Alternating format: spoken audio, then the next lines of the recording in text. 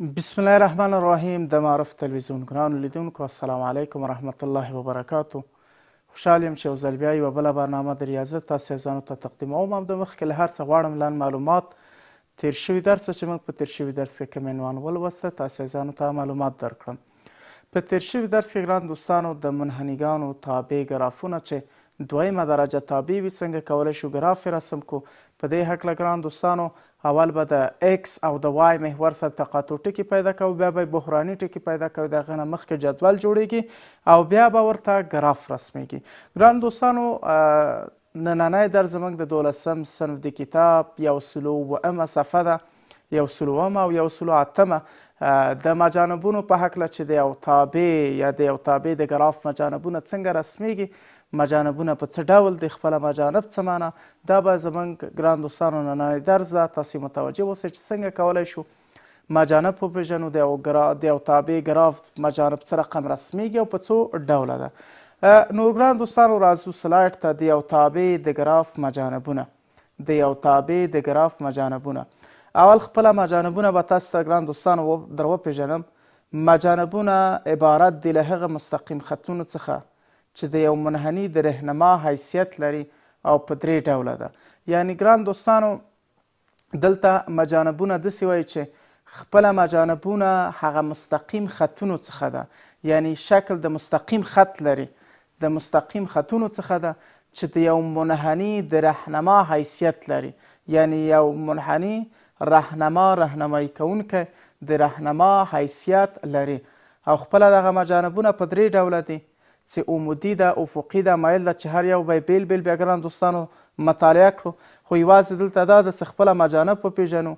مجانب مستقیم خطونو یا داسې ورته ویلی شو چې هغه مستقیم خطونو څخه دي چې د یو منحني د رهنما حیثیت لري او دا په 3 ډوله ده. عمودي مجانب اول ده. عمودي مجانب څه رقم تعریفوو؟ عمودي مجانب وای که چیرته وای مساوي کیږي اف ایکس یو تابع وي، هغه وخت دغه تابع عمودي مجانب لري که چیرې ایکس متقرب وي ای ته یعنې یو عدد ته، او وای چې دلته تابع معنا ورکوي، وای د مثبت یا منفي لایې تنهي سره تقرب وکړي. یعنې داسې چې لیمټ د همدغه اف ایکس تابع که ته واخلې او ایکس متقرب وي ای ته، دا څه شي؟ دا شي مثبت یا منفي لایې تنهي. نو دلته موږ وایو چې دا عمودي مجانب لري یا د عمودي مجانب په نامه یادیږي. او یا داسې ویلی شو او یا په بل عبارت په کسري تابعو کې که چیرې مخرج مساوي د 0 سره شي، تابع بې نهایت ته نږدې کېږي چې ورته ویلی شو عمودي مجانب. نو دلته عمودي مجانب ګران دوستانو دواړه تعریفونه ورته کولی شئ، دواړه تعریفونه په نظر کې ونیسئ. اول تعریف یې داسې ده وایي که چیرې یو تابع ته په نظر کې نیسئ وایي مساوي کېږي اف ایکس، دغه تابع هغه وخت مجانب لري عمودي مجانب. که چیرې ایکس تقرب وکړي ای ته، ای یو عدد ته، خپله تابع مثبت یا منفي لایې تنهي ته نږدې شي، نو موږ وایو چې دا تابع عمودي مجانب ده. یعنې داسې معنا ورکوي چې د همدغه اف ایکس نه ته لیمټ نیسئ او ایکس متقرب ده ای ته او دا شي مثبت منفي څه شی لایې تنهي، عمودي مجانب په نامه یادیږي. او یا داسې ویلی شو په کسري تابعګانو کې که چیرې مخرج مساوي د 0 سره شي، تابع بې نهایت ته نږدې کېږي، نو موږ وایو چې دوی ته عمودي مجانب ویل کېږي. متوجه اوسئ ګران دوستانو. اول مجانب چې ده هغه عمودي مجانب ده.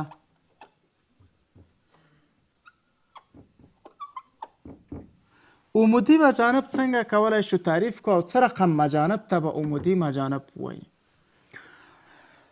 عمودي مجانب ګران دوستانو داسې ده وایي که چیرته ته فرضاً یو تابع په نظر کې ونیسې وایي مساوي کېږي اف ایکس، دا یو تابع ده. دا تابع څه وخت عمودي مجانب لري؟ دا تابع وای مساوي کېږي اف ایکس هغه وخت عمودي مجانب لري که د ده ایکس متقرب وي ای ته، ای یو عدد ده، خپله تابع تقرب وکړي څه شي ته؟ مثبت منفي لایې تنهي ته. یعنې داسې نتیجه ته اخلو که چیرته دا تابع مجانب ولري او عمودي مجانب هغه وخت لري که د همدغه تابع نه ته لیمټ ونیسې، اف ایکس نه لیمټ ونیسې او ایکس هم متقرب وي یو عدد ته، دا مساوي شي د مثبت منفي لایې تنهي سره، موږ وایو چې دا تابع عمودي مجانب لري، عمودي مجانب لري. یو ځل به بیا تاسو ته ووایم وایي که چیرې وای مساوي کیږي اف اکس یو تابع ده.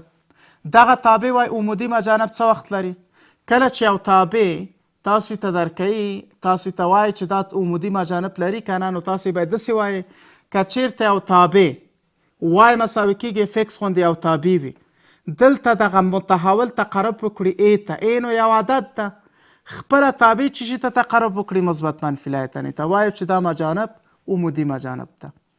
دا یو تابع ده وای مساوي کیږي اف اکس، که چیرته اکس تقرب وکړي ای ته یعنې یو عدد ته نږدې شي، تابع چې شي ته نږدې شي مثبت منفي لایتنې ته، دته وایو چې دا عمودي مجانب ده.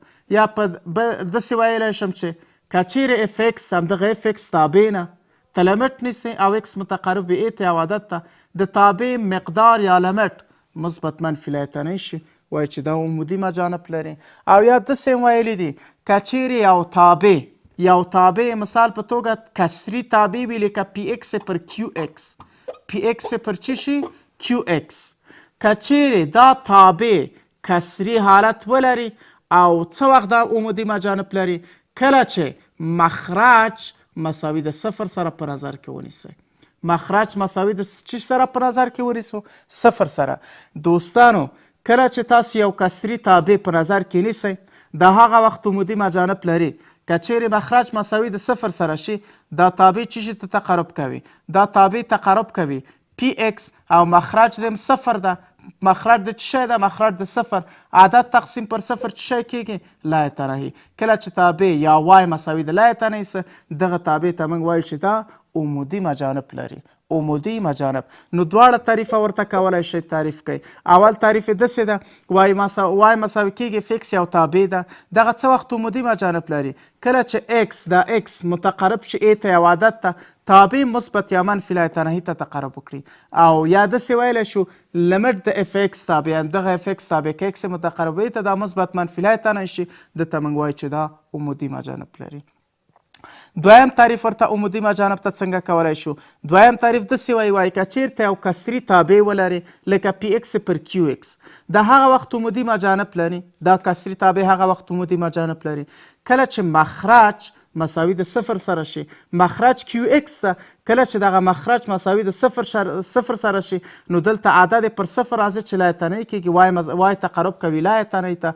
نو که مخرج صفر شه وای لایتنهي کیږي، موږ وایو چې دا عمودي مجانب لري. په دوه ډولو کولی شئ ګران دوستانو عمودي مجانب څه شی کوي تعریف کوي.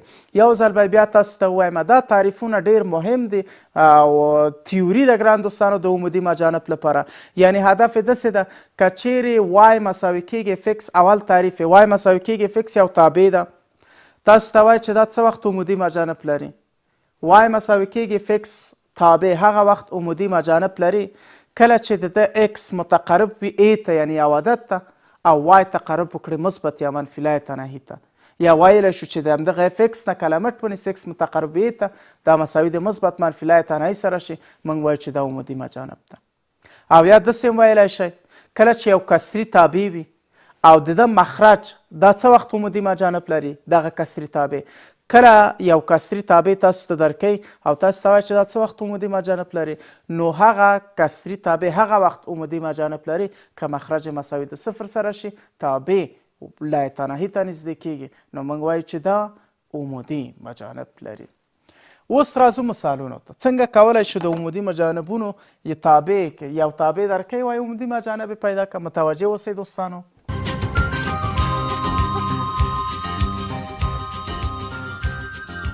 او یو خبره ګران دوستانو متوجه اوسئ، بیا خپله دغه عمودي مجانب که موږ په مثال کې داسې په نظر کې وښیو، مثال په توګه یو تیوري یا مثال یو سمبولیک شکل به تاسو ته رسم کړم. دا اکس محور دا وای او دغه اکس محور قطع کړی وي، تاسې ګورئ دغه مستقیم خط چې دا محور قطع کړی دا مجانب ده، خو په عمودي ډول مجانب ده، په عمودي ډول مجانب ده. او ګران دوستانو یو تابع وي کسري حالت،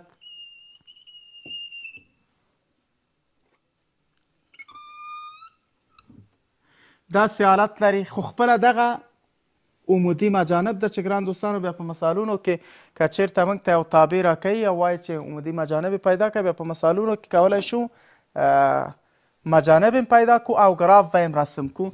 اوس ګران دوستانو راځو څو مثالو ته چې څنګه کولی شو د یو تابع عمودي مجانب پیدا کړم. مثال به داسې ونیسئ په نظر کې، مثال د لاندې تابع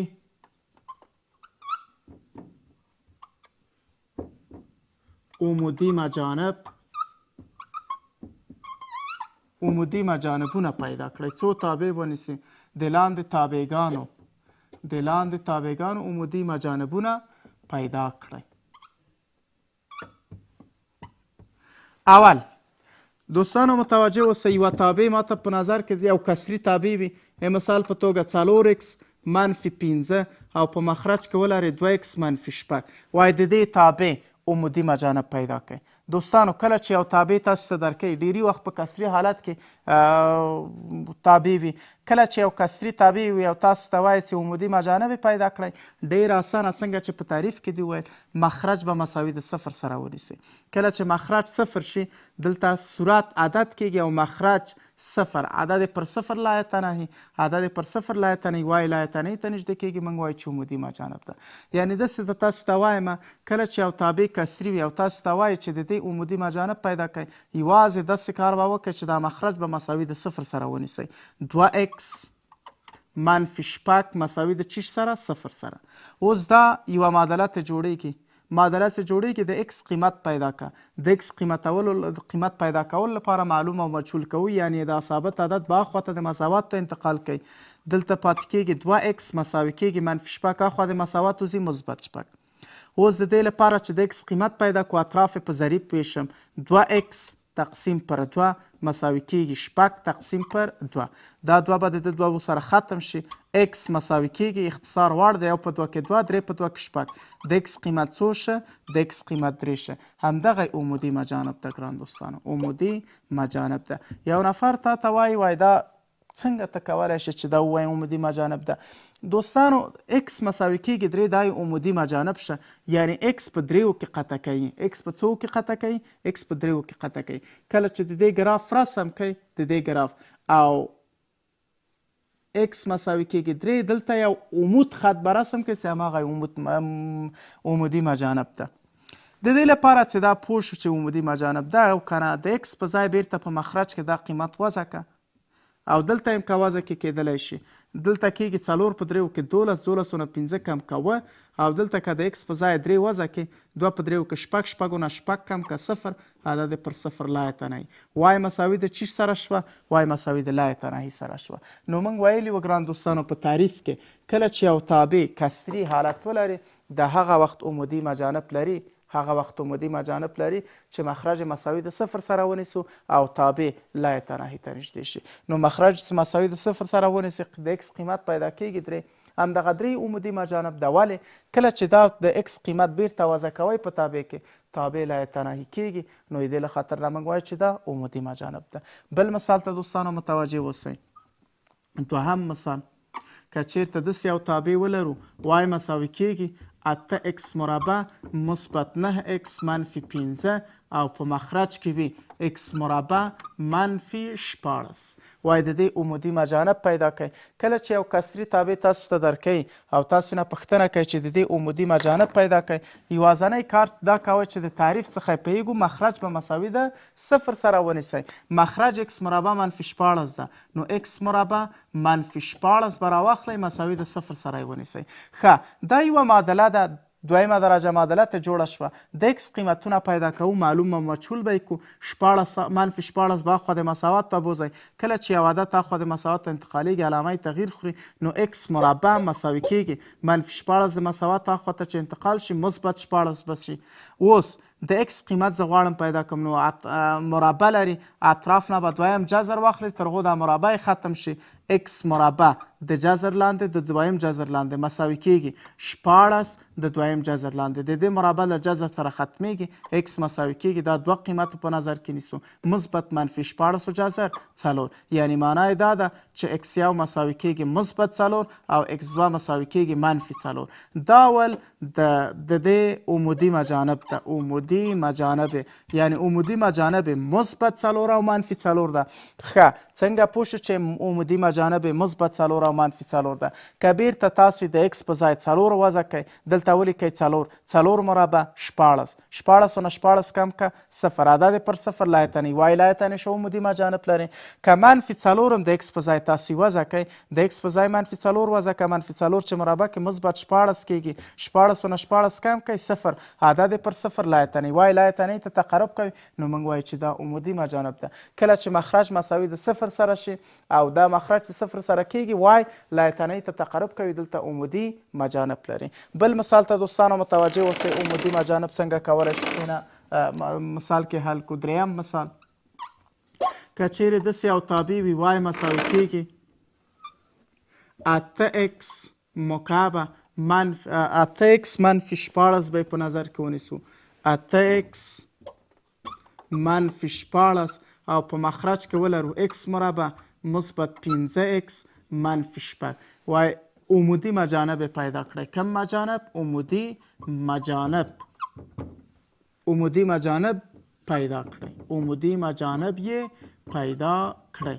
ښه د دې عمودي مجانب څه پیدا کوو؟ نو کله چې کسري تابع وه تاسې مخرج مساوي د 0 سره ونیسئ. x مربع مثبت 15x منفي 6 منفي 6 مساوي د چی سره؟ 0 سره. دا دویمه درجه معادله شوه او د دویمې درجې د معادلې د حل لپاره ډېرې مختلفې طریقې شته چې تاسو کولی شئ دویمه درجه په همغو طریقو جذرونه پیدا کړئ. د تجزیې طریقه شته، د تکمیل مربع طریقه شته، د فرمول طریقه شته، د محمد ابن موسی د فرمول، د دلتا طریقه شته. تاسو کولی شئ چې په هره طریقه چې اسانه و ساده وه په همغه طریقه د x قیمتونه پیدا کړئ. هغه ډېره اسانه یا ساده طریقه د تجزیې طریقه ده چې کولی شو د تجزیې طریقې په اساس د x قیمتونه پیدا کړو. تجزیې کې به څه رقم کوئ؟ 2 عدده ضرب کړئ چې منفي 6 شي او جمع کې مثبت 15 شي. نو موږ وایو چې که یو عدد منفي 3 ونیسم بل عدد منفي 2. ګران دوستانو البته دا x مربع مثبت منفي 15x مثبت 6 ده، منفي 15x مثبت 6.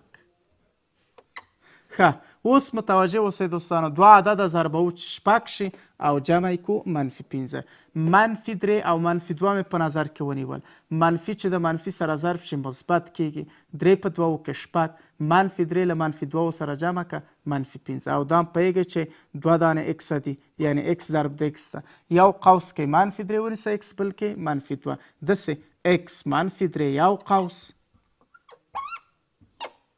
ضرب ده x منفي 2 بل قوس مساوي د چی سره؟ 0 سره. اوس څه کار کوو؟ هر قوس د 0 سره مساوي نیسم. ولې؟ په دې خاطر چې د x قیمت پیدا کوم. x منفي 3 مساوي د 0 سره او x منفي 2 مساوي د 0 سره. اوس x په خپله د منفي 3 به اخوا د مساوات ته انتقال کوي، منفي 3 اخوا ته انتقالیږي مثبت 3. دا اول قیمت یا اول جذر د x شه او دلته x په خپله منفي 2 اخوا د مساوات ته انتقالوو، منفي 2 چې اخوا ته انتقال کو مثبت به وشي. دا هم دویم قیمت د x. یو بل مثال به همداسې ګران دوستانو تاسو ته حل کړم په دې خاطر چې تجزیه هم په یاد شي. او دا څلورم مثال د ګران دوستانو داسې یو تابع ولرو y مساوي کیږي 6x مثبت 20 او په مخرج کې ولرو x مربع منفي 8x مثبت 15. د عمودي مجانب پیدا کله چې یو تابع تاسو ته درد کوي او تاسو نه وغواړئ چې د دې عمودي مجانب چی شی کړئ؟ عمودي مجانب پیدا کړئ، نو تاسو به داسې کار وکړئ چې مخرج مساوي د 0 سره ونیسئ. په عمودي مجانب کې مخرج مساوي د 0 سره ونیسئ، د x قیمت پیدا که عمودي مجانب شه. یعنی څه؟ یعنی x مربع منفي 8x مثبت 15 مخرج ده، دا به مساوي د 0 سره ونیسئ. اوس د x قیمت پیدا کړه. د x قیمت یو معادله ته جوړیږي. معادله یا لومړۍ درجه معادله ده یا دویمه درجه معادله. دا معادله دویمه درجه ده، نو د دې دویمې درجې د معادلې د قیمت لاسته راوړلو لپاره مختلفې طریقې دي. تجزیه ده، تلتا ده، فرمول ده، تکمیل مربع ده. یوازینۍ چې ساده طریقه یې د هغه تجزیه ده. په تجزیه کې به څه رقم کوئ؟ دوه عدده به ضرب کړئ چې مثبت 15 شي، هغه دوه عدده چې جمع کوئ منفي 8 به شي. کوم عدد په نظر کې نیسم؟ یو عدد به منفي 15 په نظر کې ونیسو او بل عدد به منفي 3 په نظر کې ونیسم. کله چې ضرب کې منفي ضرب د منفي مثبت 15 ضرب د 3 15 منفي 15 راواخله د منفي 3 سره جمع که هم علامه د جمع کېږي منفي 8 او دلته هم پوهېږو چې دوه دانې اکس ده، یو اکس بل اکس. یو اکس کې منفي 15 لیکم، یو قوس دا به ضرب کوي د بل قوس سره اکس منفي 3. دواړه قوسونه مساوي د 0 سره نیسو. هر قوس اوس مساوي د 0 سره ونیسه، په دې خاطر چې د اکس قیمت پیدا شي. اکس منفي 15 مساوي د 0 او اکس منفي 3 مساوي د 0. اکس منفي 15 مساوي کېږي د 0 سره او دا قوس هم مساوي د 0 سره. اکس منفي 3 مساوي د 0 سره. اکس په خپله منفي 15 خواته مساوات ته انتقالوم مثبت 15 کېږي. دا اول قیمت ده د اکس او اکس په خپله منفي 3 خواته انتقال کوي مثبت 3. دا دویم قیمت د اکس. دا به ګران دوستانو عمودي مجانب یعنی د دې 15 او 3 دواړه 15 او 3 دواړه ګران دوستانو عمودي مجانب ده. عمودي مجانب یعنی که 15 دلته وضع کوي مخرج 0 کوي، که 3 دلته وضع کوي مخرج 0 کوي. چې مخرج 0 شه دا د پر 0 لایتنۍ وای لایتنۍ ته نږدې کېږي عمودي مجانب ده. نو داسې ویلی شو ګران دوستانو په خلاصه ډول کله چې یو تابع موږ ته راکوي او وایي چې د دې عمودي مجانب پیدا کوي، مخرج مساوي د 0 سره ونیسئ. د اکس قیمت چې پیدا کوئ هر قیمت چې وي هماغه عمودي مجانب ده. کله چې اکس قیمت پیدا کوئ مخرج مساوي د 0 سره یا لومړۍ درجه معادله ده یا دوهمه درجه معادله. یعنی په عمودي مجانب کې په یاد وي کله چې د یو تابع عمودي مجانب پیدا کوئ مخرج مساوي د 0 سره ونیسئ. د اکس قیمت یا د مجهول قیمت هر عدد چې وي هماغه عدد عمودي مجانب ده. دا و عمودي مجانب. راځو ګران دوستانو افقي مجانب ته مثالونه هم حل کړل. ګران دوستانو افقي مجانب ته وګورئ چې دویم مجانب ده، یعنی اول مجانب عمودي مجانب و، دویم مجانب افقي مجانب ده. افقي مجانب څه رقم تعریفوو؟ افقي داسې تعریفوو وای وای مساوي کېږي اف اکس تابع هغه وخت افقي مجانب لري، هغه وخت افقي مجانب لري که چیرې د همدغه وای مساوي کېږي اف اکس تابع مقدار یا لیمیټ یو ثابت عدد شي، او یا په بل عبارت هغه وخت یو تابع افقي مجانب لري چې لاندې شرط ولري. اف اکس تابع اکس متقرب وي مثبت یا منفي لایتنۍ ته، د تابع لیمیټ یا مقدار سی شي. سی دلته ثابت معنا ورکوي یعنی عدد شي. موږ وایو چې دا افقي مجانب ده. دا کوم مجانب ده؟ افقي مجانب. راځو ګران دوستانو افقي مجانب په تختې کې تاسو ته ښه معرفي کړم، متوجه اوسئ.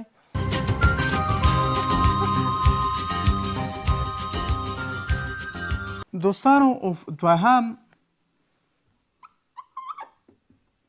افقي مجانب.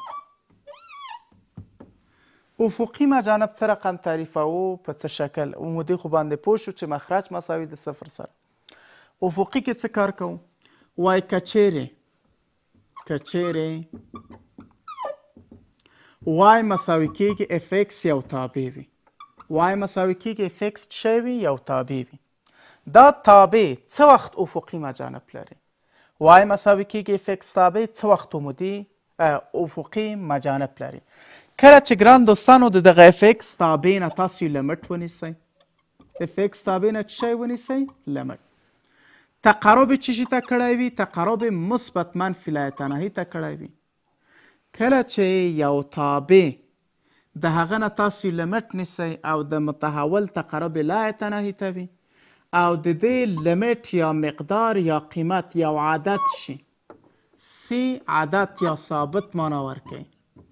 یو عدد چې دې تابع ته وایي چې دا افقي مجانب لري. افقي مجانب لري. څه وخت یو تابع افقي مجانب لري؟ ډېر ساده. کله چې یو تابع تاسو ته درکوي لکه وای مساوي کېږي فکس یو تابع ده، دا څه وخت افقي مجانب لري؟ دا هغه وخت افقي مجانب لري دوستانو کله چې ته همدغې تابع نه ته لمټ نیسې او د لمټ متحول تقرب وکړي لا تناهیت یا مثبت یا منفي، نو د دغه تابع لمټ یا قیمت یا مقدار یو ثابت عدد ووځي. سی ثابت عدد معنا ورکوي، یعنی یو عدد وي لکه 2 لکه منفي 0 یا یو کسري یا جذري یو عدد ووځي، دغه تابع ته وایي چې دا افقي مجانب لري. دا تابع افقي مجانب لري. یو ځل به بیا هم تاسو ته وایم وای مساوي کېږي فکس یو تابع ده. دا تابع وایي څه وخت افقي مجانب لري؟ نو داسې وایو هغه وخت یو تابع لکه وای مساوي کېږي فکس افقي مجانب لري کله چې ته د دې نه لمټ نیسې د همدغې فکس تابع نه او د لمټ اکس یا متحول تقرب مثبت یا منفي لا تناهي ته وي. کله چې تقرب لا تناهي ته وه که د دغه تابع لمټ یا قیمت یو ثابت عدد شي، یو عدد ووځي، یو ثابت عدد ووځي، نو موږ وایو چې دغه تابع افقي مجانب لري. راځو ګران دوستانو څو مثالونه به په نظر کې ونیسو. لکه وای مساوي کېږي 6x مربع منفي 3x مثبت 10 او په مخرج کې ولرو منفي 3x مثبت 2x مربع مثبت 9. د ده وایي څه شی پیدا کوي؟ افقي مجانب پیدا کړئ. افقي مجانب یې پیدا کړئ. کله چې ګران دوستانو افقي مجانب غواړو د یو تابع پیدا کړو د هغه نه تاسو لمټ ونیسئ. د همدغه تابع نه به څه شی ونیسئ؟ لمټ. لمټ چې ونیسو د لمټ متحول تقرب به لا تناهي ته وي. دا تابع په صورت کې 6x مربع منفي 3x مثبت 10 او په مخرج کې منفي 3x مثبت 2x مربع مثبت 9. نو د دې لمټ ونیسه. تاسو په لمټو کې ګران دوستانو په لا تناهي تقرب کې 3 حالته لرئ. کانکوري طریقه یې ده یا ساده طریقه یې دا ده. کله چې ته متحول تقرب لا تناهي ته وي تابع په صورت کې به ګورئ چې د متحول لوړ توان په صورت کې ده که په مخرج کې که په دواړو کې ده. که چیرې د متحول لوړ توان په صورت کې وي او په مخرج کې ضریب یې ونیسئ. لکه د متحول لوړ توان 2 دلته په صورت کې هم ده او په مخرج کې هم ده. کله چې داسې حالت به د دې ضریبونه ونیسه. د دې ضریب څو ده؟ د دې ضریب ده 6 او دلته د x مربع ضریب څو ده؟ 2. اختصار چې کې او په 2 کې 2 درې په 2 کې 6. وای مساوي کېږي له څو سره؟ وای مساوي کېږي له 3 سره. دغه افقي مجانب یې ده. دا یې څه شی ده ګران دوستانو؟ دا یې افقي مجانب ده. بل مثال ته متوجه اوسئ. دوهم مثال ګران دوستانو که چیرته ولرو چې وای مساوي کېږي 15x منفي 10 او په مخرج کې 6x مربع مثبت 10x منفي 2. د دې افقي مجانب وایي څه شی کړئ؟